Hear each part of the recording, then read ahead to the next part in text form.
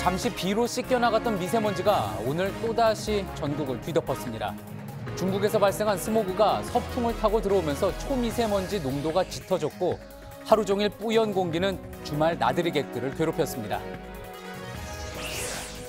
민주노총이 오늘 서울 도심에서 대규모 노동자 대회를 열었습니다. 탄력근로제 적용기간 확대와 최저임금 계약을 막아야 한다며 오는 21일 총파업을 선언했습니다. 국제신용평가사 무디스가 한국의 경제 성장률을 올해 2.5%, 내년은 더 떨어진 2.3%로 전망했습니다. 무디스는 세계 경제가 유동성 위기와 무역 분쟁으로 얼어붙고 있다면서 한국 등 개방경제 국가들이 직격탄을 맞을 거라고 분석했습니다. 녹록치 않은 대외 상황에서 출범하게 된 2기 경제팀의 과제를 짚어봅니다.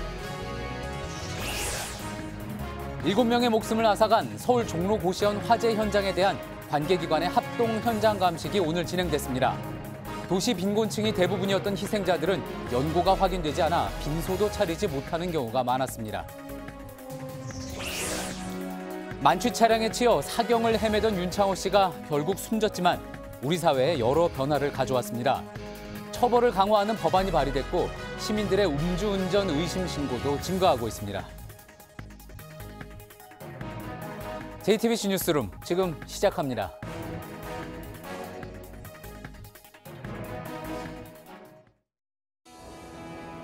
기름 없이 달리는 일상으로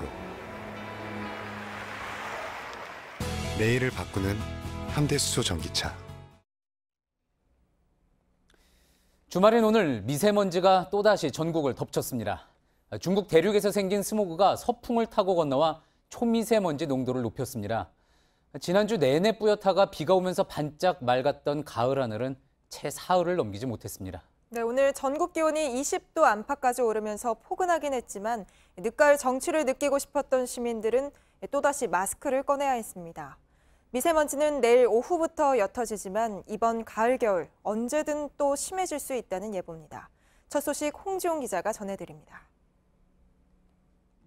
미세먼지와 안개가 뒤엉켜 하늘이 잿빛으로 변했습니다. 건물들의 형체가 희미하게 보입니다. 낮 한때 서울의 가시거리는 평소의 5분의 1 수준에 불과했습니다. 전국 대부분 지역의 미세먼지 농도는 나쁨 수준을 보였습니다. 늦가을 또다시 찾아온 미세먼지에 시민들은 마스크를 꺼내 들었습니다. 주말에 아이들이랑 나들이 나왔는데 눈도 많이 아프고요. 목도 아프고 아이들 기침하는 소리 듣는 것도 좀 많이 속상해요. 이번 주 미세먼지는 수요일부터 내린 비로 잠시 씻겨 나갔습니다. 그런데 중국에서 발생한 스모그가 서풍을 타고 들어오면서 농도가 짙어졌습니다. 오늘 정오를 기준으로 경기 양주시는 세제곱미터당 82 마이크로그램을 나타내는 등 수도권 북서부 지방에서 특히 초미세먼지의 농도가 짙었습니다. 전문가들은 서풍이 불고 대기 정체가 잦은 가을철 기상 조건 때문에 미세먼지 농도가 짙어질 수 있다고 분석했습니다. 내일은 북서풍이 미세먼지를 남쪽으로 밀어내면서 미세먼지 농도가 차츰 옅어질 것으로 전망됩니다. 국립환경과학원은 그러나 미세먼지가 몰리는 남부지방은 계속 나쁨 수준을 유지하겠다며 건강관리에 유의해달라고 당부했습니다. JTBC 홍지용입니다. 미세먼지가 호흡기에 치명적이라는 것은 잘 알려져 있지만 요즘은 피부 질환을 호소하는 분들도 많습니다. 여드름이나 발진이 요즘 부쩍 심해졌다면 미세먼지 때문일 수 있다고 합니다. 피부 노화나 색소 침착이 빨라질 수도 있습니다. 이어서 어환희 기자입니다. 25살 박동엽 씨는 2년 전부터 화농성 여드름 때문에 약을 먹기 시작했습니다. 자극이 적은 천연 화장품만 사용합니다. 피부 관리에 신경을 쓰고 있지만 매번 찾아오는 미세먼지는 걱정거리입니다. 다음 날 일어나면은 좀 좁쌀 여드름이나 좀 뾰루지 같은 것들이 좀 많이 올라오더라고요. 티가 나기 때문에 좀 스트레스를 많이 받는 편이죠. 아토피를 앓는 자녀가 있는 경우 미세먼지 소식에 더 긴장합니다. 미세먼지와 환절기와 겹쳐서 그런지 요즘 간간히 좀 가려워하는 거는 있는데 지켜보고는 있어요. 굉장히 예민한 피부인 경우에 이런 환절기 때 특히나 미세먼지 또 이런 초미세먼지 이런 많을 때는 굉장히 심해져서들 보세요. 계속된 자극으로 피부 최초의 방어막인 피부 장벽이 약해지면 건조해진 피부는 가려움이나 발진이 심해집니다. 바깥 피부인 표피가 약해진 틈으로 침투한 미세먼지는 염증 반응을 일으키고 산소를 과하게 발생시킵니다. 기존의 여드름 증상이 심해지고 노화나 색소 침착이 빨라지기도 합니다. 마스크 쓰기, 외출 자제하기 등 피부가 미세먼지와 접할 기회를 최소화하는 것이 가장 효과적인 예방책이라고 전문가들은 말합니다. 하지만 외출이 불가피한 경우에는 빨리 먼지를 씻어내고 피부 장벽 보호를 위한 수분 보충이 이루어져야 합니다. JTBC 어환입니다. 국제신용평가사 무디스가 한국의 경제 성장률을 올해 2.5%, 그리고 내년은 더 떨어진 2.3%로 전망했습니다. 국내외 주요 기관이 내놓은 전망치 중에 가장 낮은 수치입니다. 출범을 앞둔 2기 경제팀 홍남기 경제부총리 내정자와 김수현 청와대 정책실장의 어깨가 더 무거워졌습니다. 이서준 기자의 보도 보시고 우리 경제팀에게 놓인 과제들을 취재기자와 이어서 짚어보겠습니다. 국제신용평가사 무디스가 한국의 올해 경제 성장률을 2.5%로 내년 성장률은 2.3%로 전망했습니다. 한국은행과 KDI, 국제통화기금, IMF가 각각 내놓은 전망치보다 낮습니다. 무디스는 한국 경제가 약화되고 있다면서 기업들은 불확실한 글로벌 환경과 최저임금 등을 이유로 투자를 주저하고 있고 고용 불안은 소비를 위축시켰다고 진단했습니다. 다만 한국뿐 아니라 세계 경제가 유동성 위기와 무역 분쟁으로 예상보다 성장률이 낮아질 수 있다고 전망했습니다. 주요 20개국의 경제 성장률도 올해는 3.3%로 전망했지만 내년엔 2.9%로 떨어진다고 봤습니다. 상위 10개국의 성장률은 올해 2.3%에서 내년엔 1.9%로 떨어진다고 내다봤습니다. 그중에서도 한국, 독일, 일본 등 개방경제 국가들이 직격탄을 맞을 수 있다고 분석했습니다. JTBC 이서준입니다. 예, 경제산업부의 이태경 기자가 나와 있습니다. 자, 이태경 기자, 무디스를 비롯해서 주요 기관들이 지금 잇따라서 우리 경제 성장률 전망치를 낮추고 있습니다. 가장 큰 이유가 뭐라고 볼 수 있겠습니까? 핵심은 내수 부진입니다.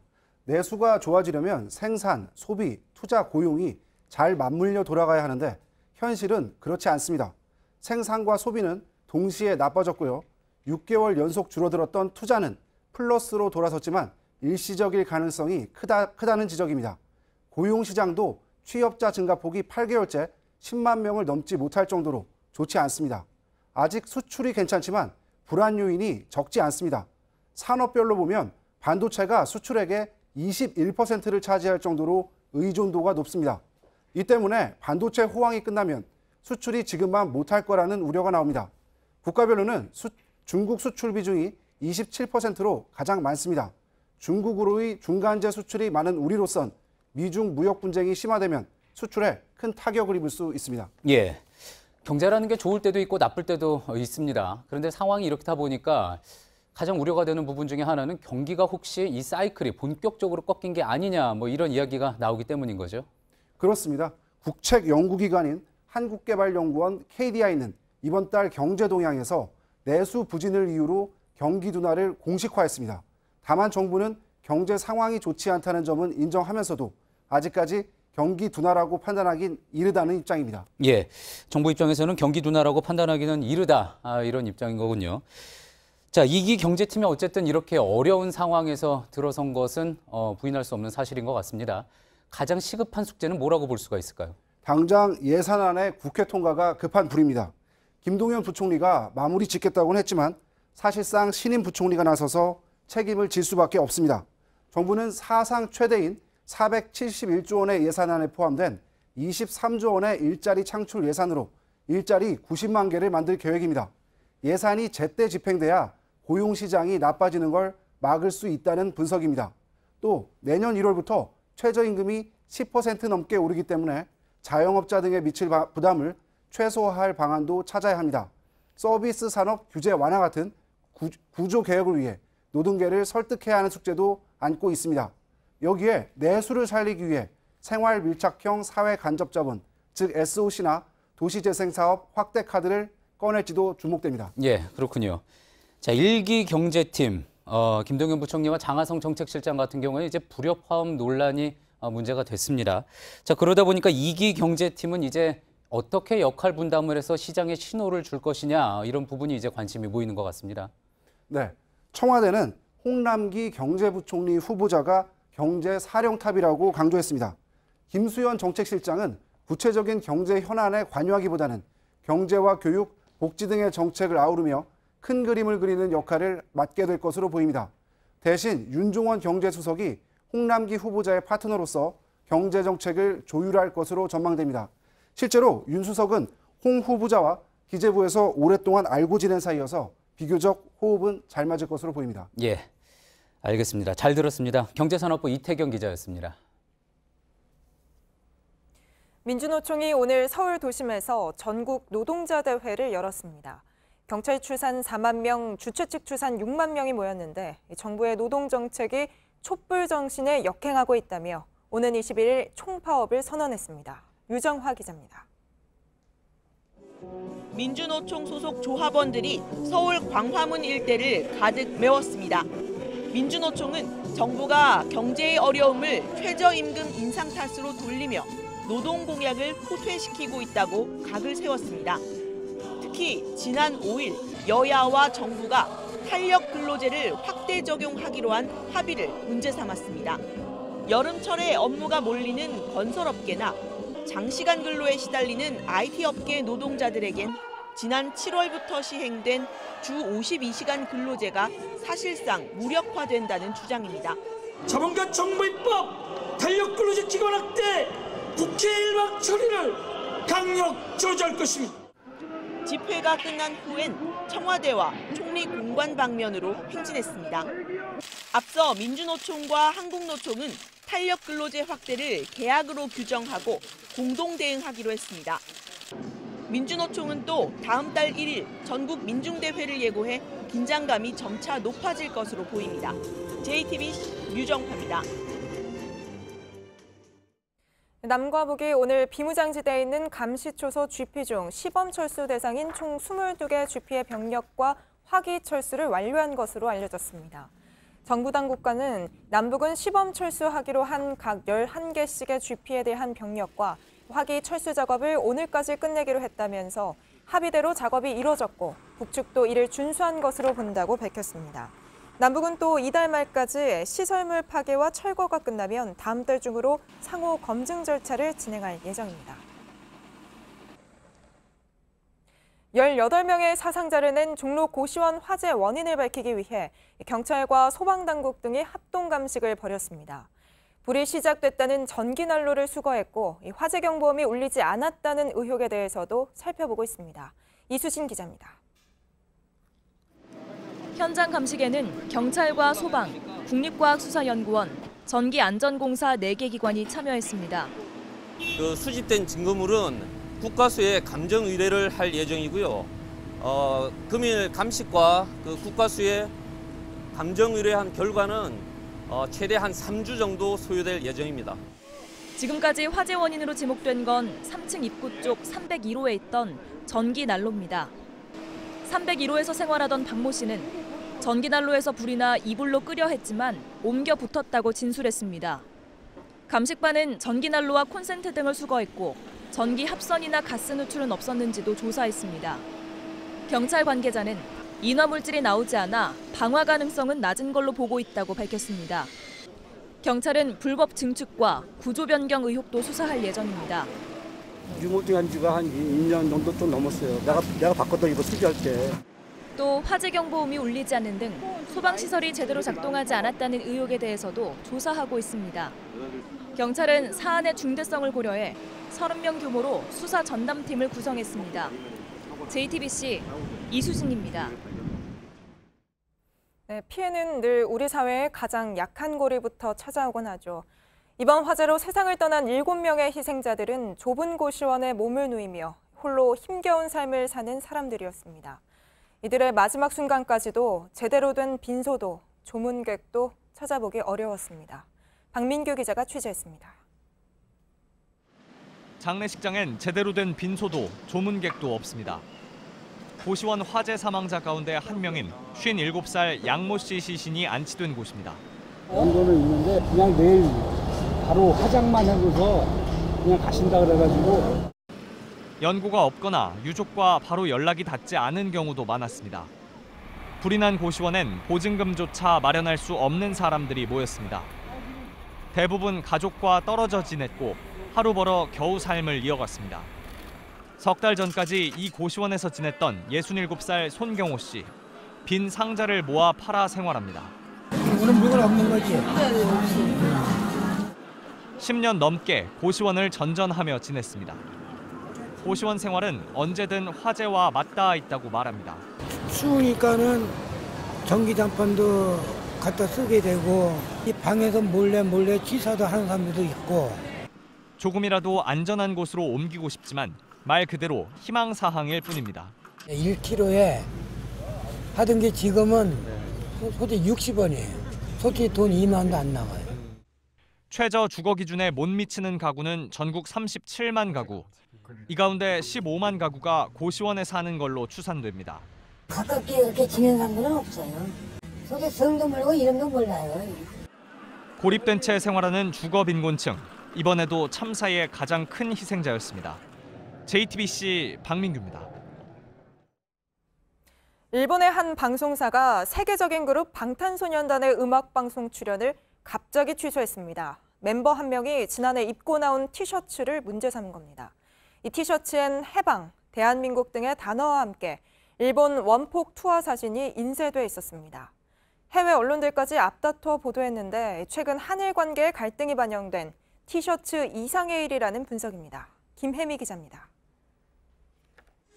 일본 한 민영 방송의 인기 음악 프로그램은 방송 하루 전 방탄소년단의 출연 취소를 알렸습니다. 지난 8일 공식 홈페이지에 과거 방탄소년단 멤버가 착용했던 티셔츠에 대해 파문이 있었고 협의를 진행했지만 종합적으로 판단해 이번 출연을 진행하지 않기로 했다고 발표했습니다. 문제를 삼은 티셔츠는 방탄소년단 멤버 지민이 지난해 유튜브 다큐멘터리를 촬영할 때 입은 티셔츠입니다. 애국심과 우리 역사, 해방, 대한민국 등의 단어와 함께 광복절과 일본 원폭 투하 사진이 인쇄돼 있습니다. 일본 소셜미디어에 해당 티셔츠 사진이 등장한 건 일본 기업에 대한 한국 대법원의 강제징용 배상 판결 이후인 이달 초부터입니다. 이후 일부 언론이 반일로 기사화하면서 논란이 커졌습니다. 미국 대중문화 전문지 빌보드는 티셔츠 이상의 문제라며 이번 사태는 배상 판결로 인해 고조된 양국의 긴장 관계 때문이라고 분석했습니다. 미국 CNN, 영국 BBC와 가디언 등 주요 외신들도 방탄소년단의 출연 취소 소식을 전하면서 역사적인 한일 관계에 초점을 맞췄습니다. 일본 현지 언론은 이후 다른 일본 방송 출연 역시 보류되거나 취소될 가능성도 제기했습니다. JTBC 김혜미입니다. 지난주 초등학교 담임교사가 반 친구들에게 한 아이를 돌아가면서 때리게 한 사건 알려지면서 논란이 됐었죠. 다른 초등학교에서도 이와 비슷한 일이 또 벌어졌습니다.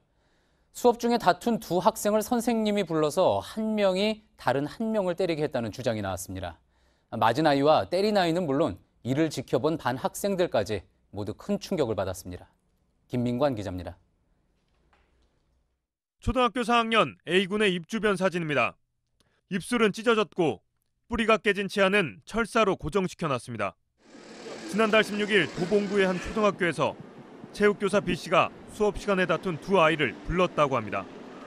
이후 울고 있는 아이에게 너도 똑같이 하라며 폭력을 강요했다는 주장이 나왔습니다.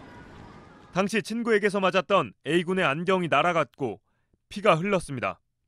맞은 아이와 때린 아이, 이를 지켜본 반 친구들 모두 트라우마를 겪고 있습니다. 피해 학부모들은 학교가 제대로 조치를 취하지 않는다고 주장합니다. 교사는 계속 수업을 진행하고 있습니다. 원칙적으로 2주 안에 열려야 하는 학교폭력대책위원회는 3주가 지나서야 처음 열렸습니다.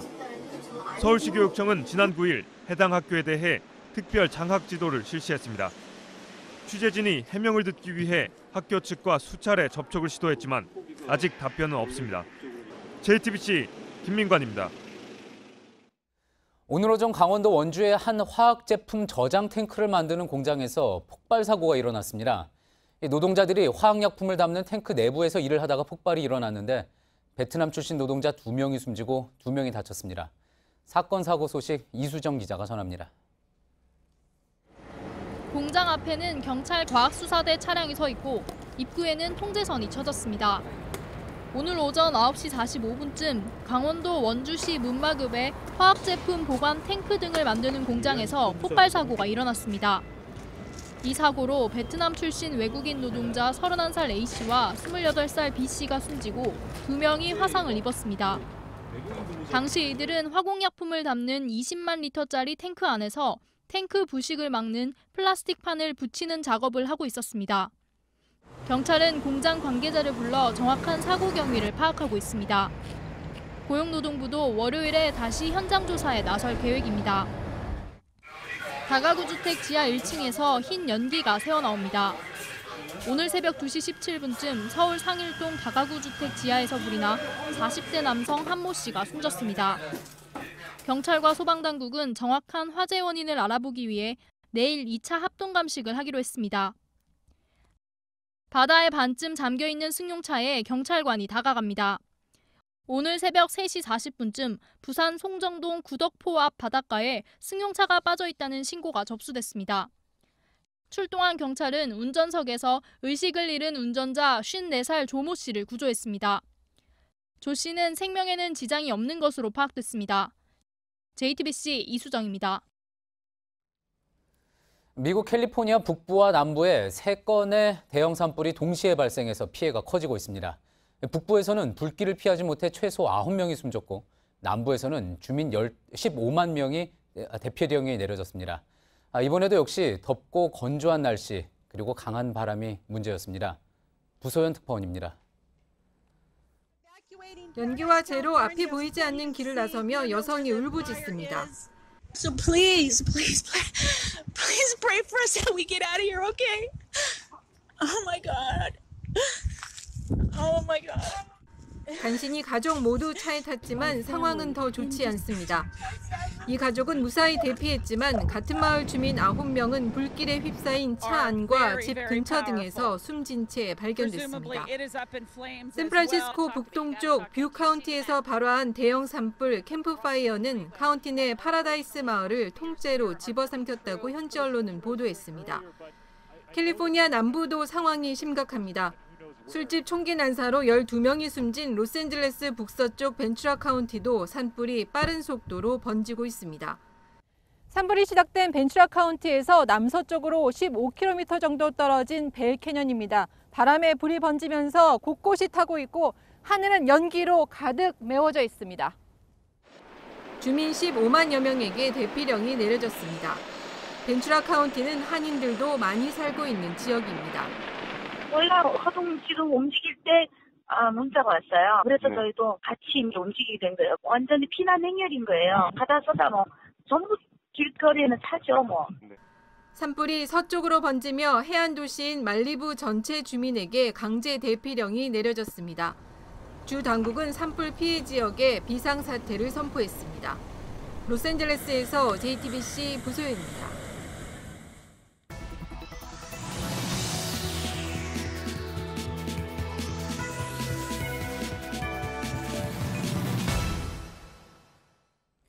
만취 차량에 치여 사경을 헤매다 어제 끝내 숨을 거둔 윤창호 씨의 빈소엔 오늘도 조문객들의 발길이 이어지고 있습니다. 다시는 고인 같은 피해자가 없어야 한다는 애도의 목소리가 울려 퍼지고 있는데요. 이렇게 한 청년의 안타까운 죽음은 우리 사회에 경종을 울리고 있습니다. 음주운전 처벌을 강화하는 법이 고인의 이름을 따서 발의된 가운데 도로에선 또 다른 안타까운 죽음을 막기 위한 시민들의 노력이 이어지고 있습니다. 이슈플러스 김태형 기자입니다. 트럭이 비틀거리며 고속도로 차선을 넘나듭니다. 옆 차량을 위협하며 그대로 달아납니다. 한 운전자가 달아나는 차를 추격하며 경찰에 신고합니다. 경찰에 붙잡힌 트럭 운전자의 혈중 알코올 농도는 0.165%, 만취 상태였습니다. 앞문이 열린 승용차가 도로를 질주합니다. 갑자기 지하 주차장으로 들어가더니 벽을 들이받습니다. 뒤쫓던 오토바이 운전자가 경찰에 신고했습니다. 승용차 운전자는 혈중 알코올 농도 0.105%였습니다. 모두 이달 들어 벌어진 일들입니다. 대형 사고로 이어질 수 있었지만 시민들의 신고로 추가 피해를 막을 수 있었습니다. 유창호 씨의 계기로 앞으로 더 이상의 SNA 피해자가 없었으면 좋겠고 그래서 내가 그 신고를 하게 됐거든요. 그 음주운전인 것 같더라고. 지난 1일부터 6일까지 부산경찰청 112에 접수된 음주운전 의심 신고만 16건. 음주운전으로 실제 확인된 경우는 5건이었습니다. 경찰은 동일 신고를 합하면 하루 20건도 넘게 접수될 정도로 음주운전 의심 신고가 늘고 있다고 밝혔습니다. JTBC 김태영입니다. 이렇게 음주운전에 대한 사회적 경감식은 높아졌지만 여전히 근절되지는 않고 있죠. 지난 한 해만 해도 음주운전 사고 사망자가 430명이 넘었습니다. 매일 우리 주변에서 1명 넘게 숨진 건데요. 특히 고인이 된 윤창호 씨 사건처럼 음주운전으로 사랑하는 가족을 잃게 되면 그 고통은 이루 말할 수 없을 정도입니다. 평범한 가장을 하루아침에 잃은 한 가족의 가슴 아픈 사례를 오선민 기자가 취재했습니다. 새벽 4시경에 모르는 번호로 전화가 오더라고요. 아버지가 사고로 당하셨다고. 지난 추석 명절을 일주일 앞둔 주말이었습니다. 이게 진짠가? 이렇게 생각이 또 들다가 또 에이 설마 꿈일 거야. 말도 안 되지. 아버지는 당시 집으로 가는 버스를 기다리고 있었습니다. 만취한 20대 남성이 몰던 승용차가 정류장을 덮쳤습니다. 그래도 마지막이라도 얼굴이라도 봐야지 했는데 그 영안실에서 일하시는 분이 좀 안 보시는 게 좋을 것 같다는 식으로. 건강을 위해 대중교통을 타는 게 더 좋다고 하던 평범한 가장이었습니다. 저희 가족끼리만 그냥 펑펑 울면서 매일 하루를 그냥 피눈물을 흘리면서 지냈어요. 음주운전 사망사고 가해자는 대부분 징역 8월에서 2년 정도의 형이 선고되고 그중 약 77%는 집행유예로 풀려납니다. 현재 가해자는 1심 선고를 앞두고 있습니다. 자기 아들은 사고 한 번 안 치고 그렇게 키웠다고. 저희 아빠는 이제 평생 못 보는데. 유족들은 비극이 되풀이되지 않게 엄벌에 처해달라며 재판부에 탄원서를 냈습니다. 갑자기 그냥 아빠가 웃으면서 우리 딸 하면서 달려올 것 같고 맨날. 그냥 아직 믿기지가 않아요. 저는. JTBC 오선민입니다.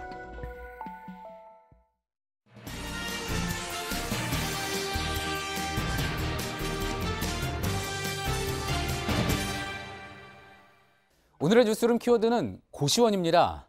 구획된 실 안에 학습자가 공부할 수 있는 시설을 갖추고 숙박 또는 숙식을 제공하는 곳이라고 법률상에 정의된 장소. 보통 서울 신림동이나 노량진 고시촌에서 합격의 미래를 꿈꾸며 잠시 현재를 미뤄뒀던 젊은이들을 떠올렸던 그런 곳입니다. 그런데 어느 순간 고시원에선 고시생이 사라졌습니다. 고시촌을 넘어서 도심 이곳저곳에 들어서더니 이곳에는 일용직 노동자나 저소득층 주민들이 그 자리를 채웠습니다. 정원호 성공회대 교수는 이런 변화의 시작을 재개발 열풍이 불었던 1980년대로 봤습니다. 서울의 달동네들이 아파트 숲으로 바뀌고 도시 빈민들이 값싸게 들어갈 수 있는 집들이 사라지면서 고시원의 쪽방화가 이뤄졌다는 거죠. 그러면서 선거 때마다 고시원은 정치인들이 어려운 서민의 삶을 잠시나마 체험해보는 하나의 상징처럼 자리 잡게 됐습니다. 다닥다닥 붙어있는 방들과 턱도 없이 부족한 소방시설. 고시원의 대규모 화재 참사 소식은 이렇게 매년 전해졌고 올해 역시 종로 9길 고시원에서의 화재는 18명의 사상자를 냈습니다. 소득 수준에 따라 가장 기본적인 안전에 대한 권리까지 차별받을 수밖에 없는 우리 도시의 안타까운 민낯. 오늘의 뉴스룸 키워드 고시원이었습니다.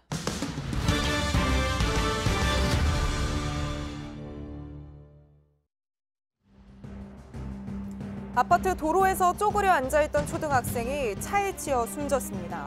어제 오후 울산시 동구의 한 아파트 도로에서 32살 박모 씨가 몰던 승용차가 10살 된 어린이를 치었습니다. 경찰은 숨진 어린이가 친구들과 함께 걸어가다가 혼자 쪼그려 앉는 모습이 자동차 블랙박스에 찍혀 있어 신발끈을 묶으려고 앉았다가 사고를 당한 것으로 보고 있습니다.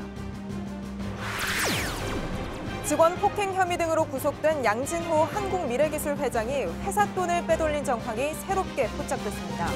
경찰은 양 회장이 지난 3월 회사 돈 2억 8천여만 원으로 개인 물품을 사들인 것을 확인하고 횡령 혐의를 추가했습니다. 양 회장에게 적용된 혐의가 모두 9가지로 늘어난 가운데 경찰은 이른바 웹하드 카르텔과 관련한 불법 음란물 유통 혐의 등에 수사력을 집중하기로 했습니다. 지난 6일 유류세를 인하한 뒤 휘발유 값이 19주 만에 하락했습니다. 석유공사 유가정보 서비스 오피넷에 따르면 이번 주 전국 평균 휘발유 값은 리터당 1,660.4원으로 일주일 전보다 29.7원 내렸습니다. 경유도 일주일 전보다 19.9원 내린 1,475.4원에 판매됐습니다. 프로축구 전북 현대의 이동국이 필드플레이어 역대 최다 경기 출전 기록을 세웠습니다. 오늘 제주전에 선발 출전한 이동국은 1998년 포항 스틸러스에 입단한 뒤 21시즌 만에 K리그 502번째 경기에 출전해 대기록을 달성했습니다. 앞으로 이동국은 경기에 출전할 때마다 새 기록을 쓰게 됩니다.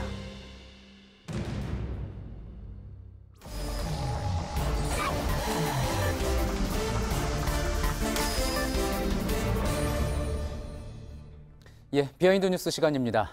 안지연 기자가 나와 있습니다. 안 기자, 첫 번째 키워드부터 볼까요? 네, 첫 키워드는 왜 잘렸나, 왜 잘났나입니다. 예, 지금 사진으로 봐서는 자유한국당 조광특위위원회에서 어제 해촉된 전원책 변호사 이야기 같군요. 네, 맞습니다. 이 전원책 변호사가 해촉된 진짜 이유가 뭔지에 대해서 이 정치권 안팎에서 설왕설래가 끊이지 않고 있습니다. 또 전 변호사가 뭔가 폭로할 듯한 그런 뉘앙스를 내비치면서 궁금증은 더욱 키워졌는데요. 일단 전 변호사가 어제 자택 앞에서 이 자신의 추정을 살짝 내비쳤는데 그 이유부터 들어보시죠. 예. 그때가 시작이었죠. 첫 약속과 너무 달랐으니까 그런 걸 제가 허용을 했으면 뭐 아무 일이 없었겠죠. 나를 정말 하청체 취급하는 거잖아요.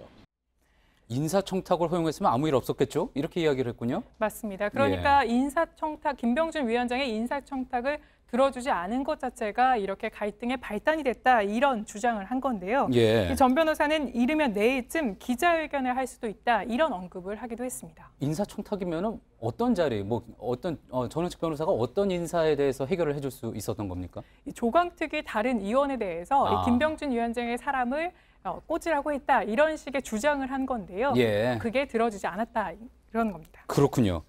자, 그렇다 그러면 김병준 위원장이 할 이야기가 많을 것 같습니다. 반응이 나왔습니까? 네, 이 발언에 대한 직접적인 반응은 나오지 않았습니다. 다만 오늘 언론 보도가 하나 나온 게 있었는데요. 해당 보도를 보면 지난 주말까지만 해도 이 전원책 변호사를 경질할 분위기는 아니었는데 9일 아침이죠. 그러니까 경질 발표 당일날 전 변호사가 김 위원장에게 그런다고 대권이 자기한테 갈 줄 아느냐, 정권에 준다더니 이 뒤통수를 친다, 이렇게 말한 사실이 알려지면서 기류가 급변했다, 그러니까 경질되는 분위기로 급변했다, 이런 보도가 오늘 아침 나오기도 했습니다. 그렇군요. 어떤 마음을 바꾸게 된 결정적인 요인이 됐다. 그런 거군요. 자, 어쨌든 이 해촉의 이유를 놓고 진실 게임이 되고 있는 그런 양상입니다. 네, 맞습니다. 당초 드러난 거는 차기 전당대회 시점을 놓고 두 사람의 갈등 때문이었다, 이렇게 언급이 됐지만 이런 이유가 계속 나오면서 또 다른 이유가 있을 가능성이 제기되고 있는 겁니다.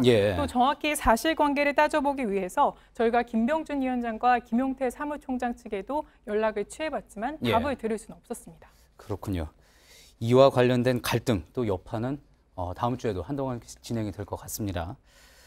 다음 키워드로 한번 넘어가 볼까요? 네, 다음 키워드는 조작했나 안 했나입니다. 예, 미국 워싱턴 관련 뉴스 같은데 어떤 가짜 뉴스 그런 이야기입니까? 네, 맞습니다. 지난 8일이죠. 미 백악관 대변인이 트위터에 올린 영상이 조작됐다, 이런 의혹이 제기됐습니다. 이 워싱턴 포스트지가 의혹을 제기했는데요. 현지 시각으로 어제 이 같은 의혹을 보시는 것처럼 제기했습니다. 조작된 영상을 홍보 세라 샌더스면은 이제 그쪽에서 워싱턴의 대변인이고요. 홍보 시각적 선동을 유발했다는 건데 어떤 영상입니까? 네, 일단 문제가 된 영상을 저희가 한번 가져와 봤습니다. 해당 영상을 보시면 짐 아코스타 CNN 기자의 마이크를 백악관 인턴이 보시는 것처럼 가져가려고 하는 장면이 나옵니다. 예. 또 마이크를 빼앗기지 않으려는 기자가 인턴의 팔을 보시는 것처럼 살짝 누르는 듯한 모습도 보이는데요. 아, 그렇군요. 오른손으로 마이크를 잡고 왼손으로 누르는 그런 모습이군요. 맞습니다. 이 장면은 뒤에 여러 번 반복돼서 나오는 영상이었습니다. 이 백악관은 이 같은 이 접촉이 부적절했다, 부적절한 신체 접촉이었다는 이유로 아코스타 기자를 백악관에서 출입 정지시키면서 이 같은 영상을 올렸습니다. 예. 자, 그런데 워싱턴 포스트에 따르면 이 영상이 조작됐다는 겁니까? 네, 맞습니다. 의혹이 조작됐다는 부분은 크게 두 가지였는데요. 먼저 예. 첫 번째는 아코스타 기자가 일단 인턴에게 양해를 구하는 그 멘트가 있었는데 이 부분이 아예 편집됐다. 저희가 원본을 확인해 봤더니 그 발언이 분명히 있었는데요. 이 발언 예. 확인해 보시죠. 예. Pardon me, ma'am. 그러니까 실례한다고 이렇게 얘기를 했는데 예. 사실 트위터에 올라온 영상 자체가 전체 소리를 없앴기 때문에 이 부분도 자연스럽게 나오지는 않은 걸로 보입니다. 그러니까 아코스타 기자는 실례합니다, 실례하겠습니다라고 이야기를 했는데 그런 부분이 없이 그냥 일방적으로 어떤 공격적인 행동을 취하는 것처럼 보였다. 네. 아, 그런 이야기인 거군요. 네, 그리고 아까 보셨다시피 인터넷 팔을 누르는 듯한 장면이 나왔는데 예. 트위터에 올라와진 영상을 보면 반복적으로 이 영상이 나왔고 또 빠르게 편집돼서 아코스타 기자가 좀 더 공격적으로 행동한 것처럼 보였다. 이렇게 그러니까 영상이 조작된 거다. 이렇게 주장한 겁니다. 예. 그래서 저희가 원본과 함께 그 두 영상을 비교해 봤는데요. 이 영상 한번 확인해 보시죠. 예. 보시는 것처럼 왼쪽이 원본 영상이고 오른쪽이 트위터 영상입니다. 이 트위터 영상은 이렇게 확대된 건데요. 한번 그 차이를 느낄 수 있으시겠습니까? 예. 자, 이게 원본 영상이고요. 이거는 지금 그러니까 백악관에서 올린 트위터 영상인 건데 전 잘 모르겠습니다. 큰 차이는 못 느끼겠는데요. 그러니까 워싱턴 포스트지가 제기한 의혹은 이 트위터 영상이 좀 더 빠르게 편집돼서 공격적으로 보인다 이렇게 얘기했는데 저희가 육안으로 여러 번 확인해봤지만 식별하기는 쉽지 않았습니다. 예. 또 방송국 내 여러 영상 전문가와 함께 봤는데 이 프레임 수에서는 큰 차이를 보이지는 않았습니다. 예. 그럼 트럼프 대통령은 어떻습니까? 이런 어떤 조작 의혹에 지금 휘말리게 된 건데 워싱턴 포스트의 그런 의혹 제기에 대해서 반응을 내놓은 게 있습니까? 네, 기자들 앞에서 얘기했는데 의혹 직접 부인했습니다. 이 발언 들어보시죠. 예. Nobody manipulated it. Give me a break. See, that's just dishonest reporting. All that is a close-up. 그러니까 클로즈업만 한 거다 이렇게 얘기한 건데요. 그런데 확대하고 반복적으로 편집한 것 자체가 조금 더 공격적으로 보이는 효과가 있을 수 있다 이런 주장이 제기된 거고요. 또 당초의 문제 자체는 아코스타 기자가 이 껄끄러운 질문을 계속해서 한 게 문제가 되는데 이처럼 신체 접촉을 문제 삼아서 이를 프레임 전환하는 거 아니냐 이것 자체가 본질을 흐리는 것이다 이런 주장도 나왔습니다. 예, 그렇군요. 잘 들었습니다. 비하인드 뉴스 안지연 기자였습니다.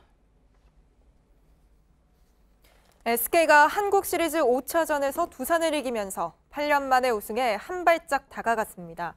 홈런 군단 SK는 오늘 장타 대신 작전약으로 점수를 쌓았는데 고비마다 두산의 실수가 나오면서 쉽게 승리를 챙겼습니다. 온누리 기자입니다. 3회 초 터진 정진호의 홈런 덕에 두산이 1대0으로 앞선 4회 초. 오재원이 심판에게 강하게 항의한 뒤 김태형 감독도 한참 동안 실랑이를 벌입니다. SK 선발 박종훈이 투구를 준비하다 발을 풀고 2루 주자를 바라봐 보크를 범했다는 겁니다. 보크가 인정됐다면 3루 주자가 홈을 밟아 두산이 한 점 더 달아날 수 있었지만 심판은 받아들이지 않았습니다. 도망갈 기회를 놓친 두산은 7회 말 실수 때문에 역전을 허용했습니다. SK 김성현의 큼지막한 2루타 때 좌익수 정진호가 송구 실책으로 3루를 내준 겁니다. 이 과정에서 김성현이 2루 베이스를 안 밟았다는 논란이 불거졌지만 두산이 파악하지 못하는 바람에 김성현은 무사히 3루에 들어갔습니다. 야구 규칙상 이럴 경우엔 수비팀의 어필이 있어야 합니다. 두 번의 실수가 겹치면서 김성현은 김강민의 희생플라이에 홈을 밟아 경기를 뒤집었습니다. SK는 8회 말 또다시 두산 유격수 김재호의 실책 덕에 기회를 잡았고 박정권의 적시타와 김성현의 밀어내기 볼넷이 이어지며 2점을 더 달아났습니다. SK가 두산을 4대1로 꺾고 한국 시리즈 우승에 1승만 남겼습니다. 두산은 여러 차례 실수에 결정적 기회마다 병살타가 나와 흐름을 살리지 못했습니다. JTBC 온누리입니다. 내일은 대체로 구름이 많다가 전라도와 제주엔 밤부터 5mm에서 20mm의 비가 내립니다. 북서풍을 타고 국내외 미세먼지가 남하하면서 일부 중서부와 남부 지역을 중심으로 미세먼지 농도가 높겠습니다. 충북과 호남, 영남, 제주는 종일 초미세먼지 나쁨 수준을 보이겠습니다. 예, 오늘 저희가 준비한 소식은 여기까지입니다. 시청해주신 여러분 고맙습니다.